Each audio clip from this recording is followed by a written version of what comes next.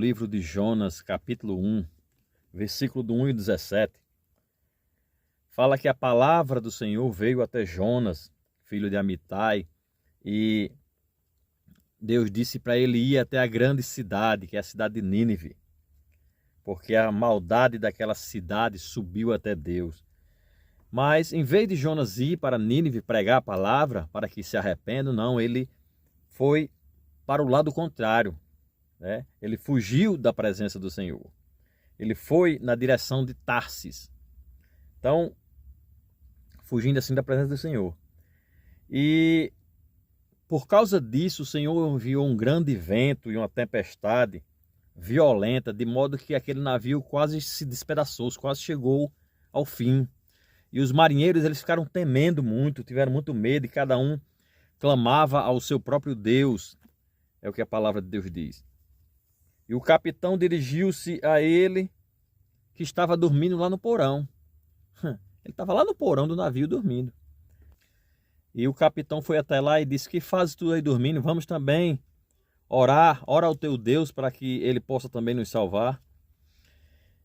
E o interessante é que a palavra de Deus diz que Jonas já tinha falado para os marinheiros que estava fugindo da presença de Deus. Lá no versículo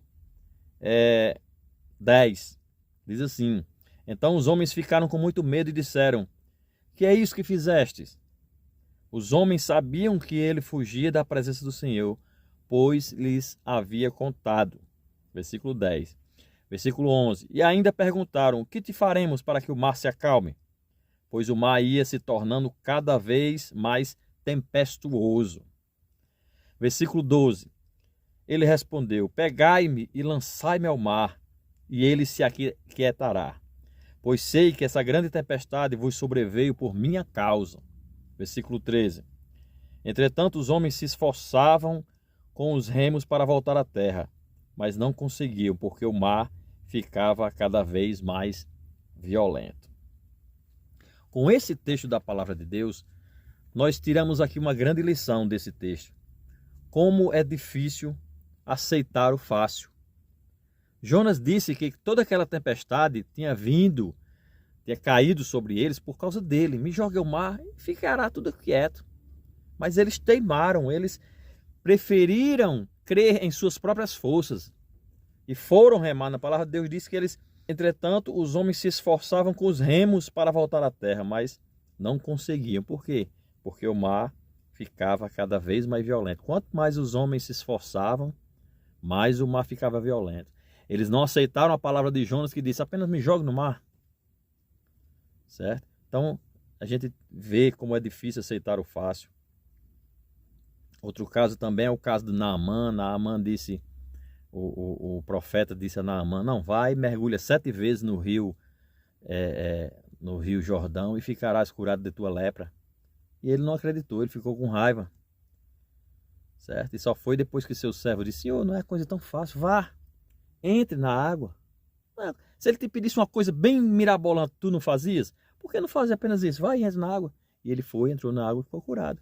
E aqui o texto de Jonas diz que eles pedem perdão a Deus, e no versículo 15 diz: então pegaram Jonas e o lançaram ao mar, e o mar cessou a sua fúria. Muitas vezes nós estamos falando de Jesus para as pessoas, estamos falando dessa tão grande salvação, e as pessoas acham tão fácil. Não, basta eu crer, né?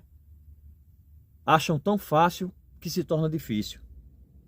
Não é assim não, fulano de tal vivia roubando, matando, sei lá, se prostituindo, agora apenas diz que é crente, aceitou Jesus e está salvo.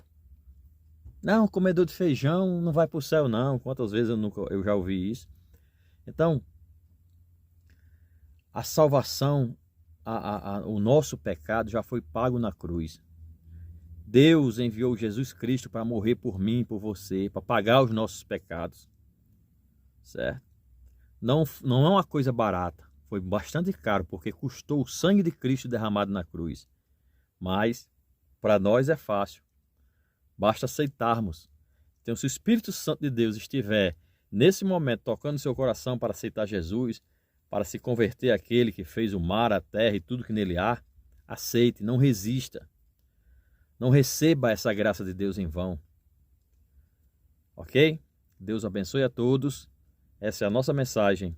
Em nome de Jesus. Amém.